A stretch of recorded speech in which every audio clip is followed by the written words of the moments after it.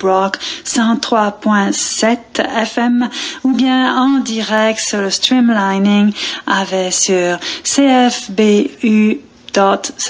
Ça y est, je suis arrivée à le dire en français, en anglais, www.cfbu.ca. Voici 1 heure en français. Aujourd'hui au programme, un entretien dans la deuxième partie de l'heure, un entretien avec un auteur québécois, Gino Lévesque, l'auteur de Je ne le répéterai pas, un roman dont nous avons parlé la semaine dernière, lundi dernier, et dont la recette est toute simple et en même temps terriblement compliquée. Dans Je ne le répéterai pas, sorte de polar, eh bien, les mots ne se répètent jamais. C'est toujours un mot nouveau, ce qui rend la chose super agréable et vraiment tout à fait ludique. Voici donc le programme d'aujourd'hui. À côté de moi, quelqu'un qui a eu l'idée géniale d'écrire un roman. Alors c'est un petit roman, je dois dire, mais ce n'est pas grave. C'est un roman dont le titre déjà vous fera comprendre de quoi il s'agit. Je ne le répéterai pas. Ça, c'est le titre. L'auteur s'appelle Gino Lévesque. Il nous vient du Québec. Il est francophone. Il est au Salon du Livre 2015 à Toronto. Je vais le laisser s'expliquer, puis je vais le laisser expliquer pourquoi ce petit roman, Je ne le répéterai pas, mérite d'être lu. Quelle est sa particularité qui, bien sûr, est très amusante. Merci Catherine. Mais tu sais, tu dis petit, mais j'aurais pu le faire beaucoup plus volumineux. Je n'aurais eu qu'à agrandir les caractères. Voilà, alors ça, ce sera son prochain projet, ce sera de rallonger le petit roman, Je ne le répéterai pas, pour en faire une encyclopédie, c'est ça? Dans ce roman, en fait, chacun des noms, des verbes, adverbes et adjectifs qu'on y retrouve, qu'il contient, ne sont employés qu'une seule fois chacun. Tu détiens entre tes mains le seul livre sur Terre là, dans lequel il n'y a pas de répétition du vocabulaire. Il s'agit là d'un sextuple record mondial. Il a été reconnu par la Chine, le gouvernement de Hong Kong, 4 autres distinctions provenant de l'Inde, une également des États-Unis. Ce petit livre est un best-seller qui a été adapté au cinéma. Le film, lui, était de la sélection officielle lors du Festival des films du monde. Alors là, tu m'as dit tout ça en utilisant un seul mot une seule fois, ou bien... Non, il y a eu des répétitions, il me semble. Catherine, je passe mon temps à répéter aux gens que je ne répète pas. C'est tellement paradoxal, il me faudrait un perroquet. Alors là, je lis, parce que pour le moment, j'ai le petit roman en passe de devenir très grand, si je comprends bien, n'est-ce pas? Alors, ce best-seller est adapté au cinéma. Je continue de lire ce qui est à la première page. Développeur de l'ouvrage dictionnairique. Alors c'est bien parce qu'aujourd'hui j'ai appris 2 nouveaux mots. Le premier mot que j'ai appris, c'était pas avec toi, Gino, mais c'était quand même un nom très intéressant. Éditionniste. Non, pardon, c'était pas ça. Idétionniste. Alors maintenant, j'apprends dictionnairique, qui est bien sûr très onirique ou onéreux, qui est très joli. Il va falloir que je l'emploie. Alors, je continue de lire. Le français vu du Québec. Le groupe de recherche Francus du Centre d'analyse et de traitement informatique du français québécois, CATIFC, de l'Université de Sherbrooke, atteste officiellement l'absence de récurrence de noms, de verbes, d'adverbes et d'adjectifs dans le roman Je ne le répéterai pas de Gino Lévesque. Alors, la question que j'ai immédiatement, c'est combien de mots au total?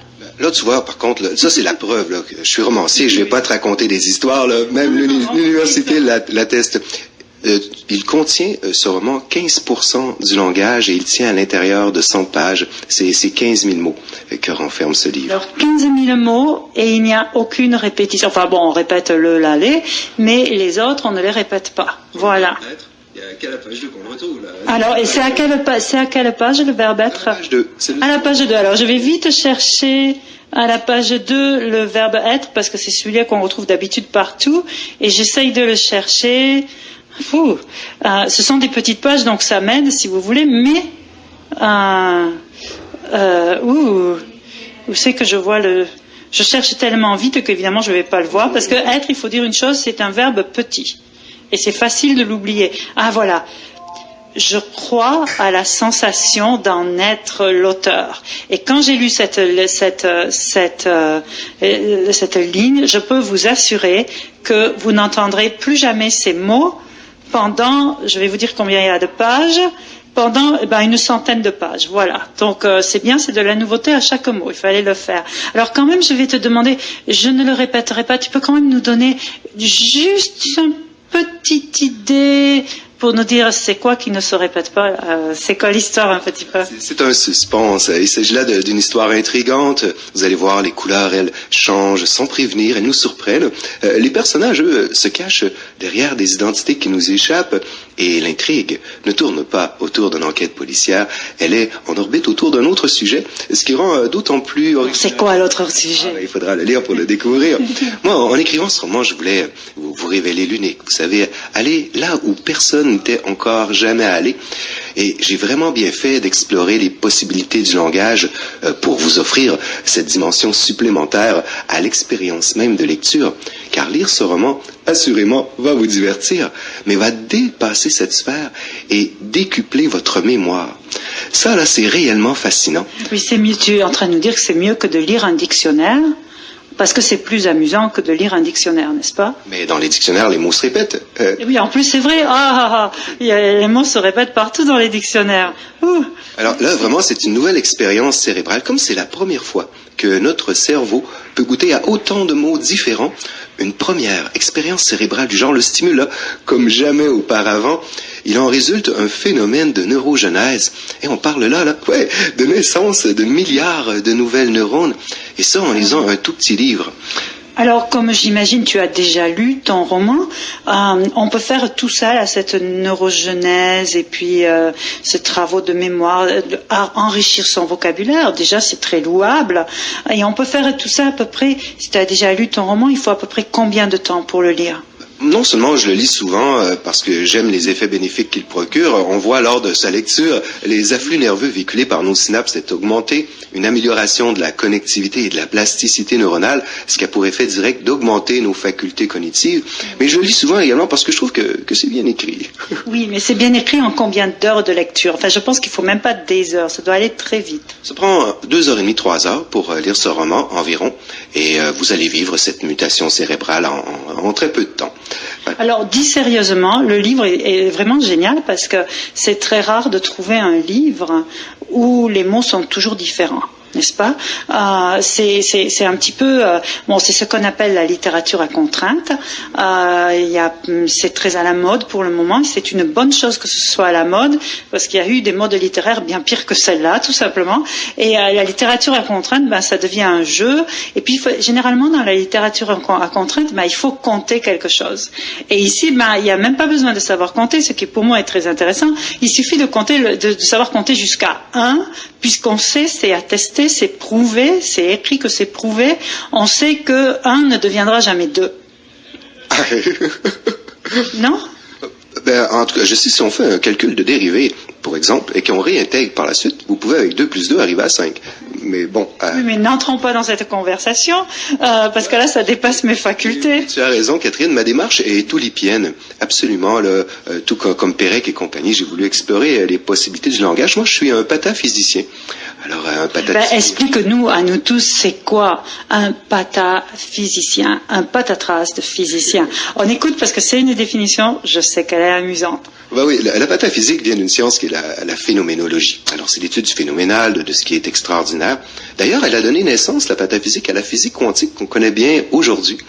Alors, c'est la même rigueur scientifique, sauf qu'au lieu d'avoir un cône fermé, de prendre des données existantes pour tenter faire un pas de plus, le cône, il est ouvert. C'est ce qui nous permet cette exploration et la révélation de l'original. Et alors, les pataphysiciens se réunissent, n'est-ce pas? Ils se réunissent, on fait la compilation de toutes les grandes découvertes qui ont été faites jusqu'à aujourd'hui. Pataphysiciennes. Pas seulement. Toutes les découvertes. Oui. Elles sont, à 90% d'entre elles, sont le résultat d'une erreur dans la démarche de recherche. Donc, elles viennent d'une forme de hasard. Donc, par définition, elles sont des découvertes pataphysiciennes. Alors j'arrive à ma prochaine question, toujours dans Je ne le répéterai pas. Est-ce que tu as fait, parce que ce serait une bonne chose finalement à t'écouter, puis de toute manière c'est aussi ce que je pense, est-ce que tu as fait aussi des erreurs dans le roman, simplement pour nous enflammer l'esprit, puis est-ce que tu as inventé des mots, ou bien est-ce que tu t'en es tenu aux mots du dictionnaire, ou bien est-ce que tu as vraiment fait des erreurs dans la trame de l'histoire, pour nous un petit peu là, pour nous faire nous gratter les cheveux, nous gratter le crâne? Ah, là, t'as pas à t'en faire. Puis même, j'ai pas fait compliqué. J'ai sélectionné des mots qu'on utilise couramment. Ce roman, là, tu peux le lire à la plage en vacances. T'as pas besoin d'un dictionnaire. Le texte coule, il est fluide, il est totalement cohérent. Ah oui, le but, c'était de le rendre accessible. C'était pas de devenir érudit à travers le processus. Oui. Enfin bon, voilà, oui, ce sont des mots simples, mais enfin quand même très très bien combinés. Par exemple, je prends tout à fait au hasard, je suis à la page 71, tout le monde sait que la page 71 c'est toujours important. Alors voici ce que je lis. Je comprends bien qu'un personnage très important de ce roman s'appelle Nig, n'est-ce pas? Voilà, alors, il s'agit incontestablement d'une prodigieuse prouesse typique d'un authentique virtuose doué d'un époustouflant et rarissime talent. Mon infaillible flair, notez les allitérations, etc., se trompe rarement et ce protubérant pif, ça c'est un peu comme le mien, effilé, ancré à mon anguleuse tronche le confirme.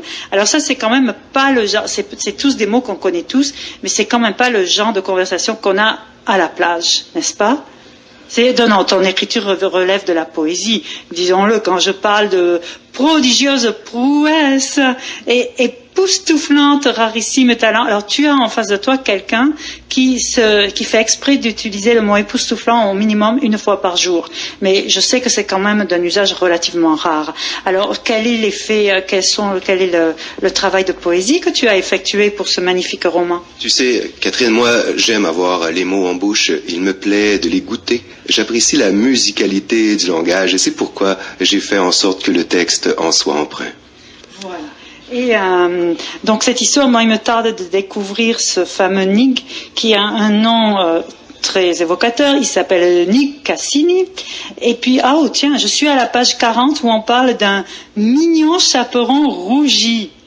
Il me fait signe, je dis Gino, qu'il ne faut pas continuer de lire parce que oui, effectivement, je lis et waouh, le mignon chaperon, je comprends pourquoi il a rougi. Bon, mais comme c'est un suspense, et il y a tous les éléments du suspense qui s'y retrouvent. Hein. C'était la phrase clé. C'est pas la phrase clé, c'était un passage légèrement sensuel, érotique. Ouais. Voilà.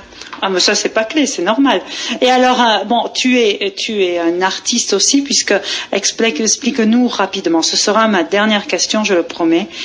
Explique-nous rapidement la création visuelle à laquelle tu t'es prêté, qui est basée directement sur Je ne le répéterai pas. Non seulement ce monsieur nous dit qu'il ne répétera pas quelque chose, mais en plus, il en fait une œuvre visuelle. Il fallait le faire et c'est fait. Alors, tu nous dis ça.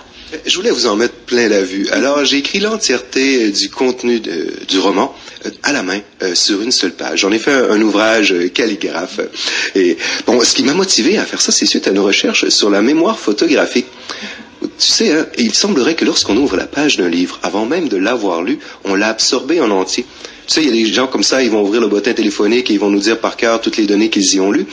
Elle est développée chez tous les individus. Alors, comme ce roman décuple notre mémoire, je me suis posé en souriant la question, si je peux offrir l'intégralité de tout le contenu en un seul coup d'œil aux gens, est-ce que ça aurait le même effet en relation avec leur mémoire photographique? Alors, c'est ce qui m'a motivé à commettre cet acte de calligraphe. Et une autre raison pour laquelle je l'ai fait, c'était pour être enfin avoir le titre d'écrivain, car moi, je n'écris pas. Et aussi le titre d'artiste. Oui, probablement. Mais tu sais que quand je compose, quand je fais de la création littéraire, j'utilise un dictaphone. Alors, ma relation à la verbomotricité est beaucoup plus près de la pensée comparé au geste d'écriture. C'est même une autre zone du cerveau qui fonctionne. Et avant que la pensée ait pu traverser le mouvement et arriver sur le papier, elle a été travestie, transformée. Alors, mais ça, c'est pas l'avenue de la technologie qui fait ça. Il y a plein de gens, d'auteurs autrefois, qui avaient une secrétaire et ils dictaient, eux aussi, le rapport à la verbomotricité. Alors voilà, j'étais pas écrivain, mais maintenant que j'ai écrit mon roman à la main, j'en suis devenu un. Donc, mais attends, simplement une clarification. Pour je ne le répéterai pas, tu l'as écrit d'abord au dictaphone. Donc tu l'as dicté ou bien tu l'as écrit à la main celui-là. Parce que pour toujours vérifier les mots, comment t'as fait? T'as écrit, puis après t'as enlevé les doublons, ou bien comment t'as fait ça? Il s'agit d'un exercice de vérification extrêmement rigoureux. Tu imagines, à force de relecture, cette histoire-là, je la connaissais par cœur. Elle était tatouée dans ma mémoire. Ouais. Donc c'est un vrai exercice oulipien, c'est vraiment les chiffres et compter et vérifier, c'est vraiment cette symétrie, ces calculs du langage qui t'ont permis de produire un roman dans lequel ne se répète aucun nom. J'aime beaucoup jouer avec les mots et tu te doutes bien que j'ai eu énormément de plaisir avec cette création. Alors merci Gino Lévesque pour son roman Je ne le répéterai pas, qui est publié chez ZUS. Voilà encore un mot qui a un site internet que vous pouvez, il suffit de chercher ZUS Publication, et puis vraiment c'est un ouvrage à lire. Ça se fait vite, ça se lit bien, tout le monde comprendra, et puis ça fait rire. Et en plus, on enrichit son vocabulaire, il n'y a rien de mieux à ça. Merci Gino et au revoir. Merci beaucoup Catherine.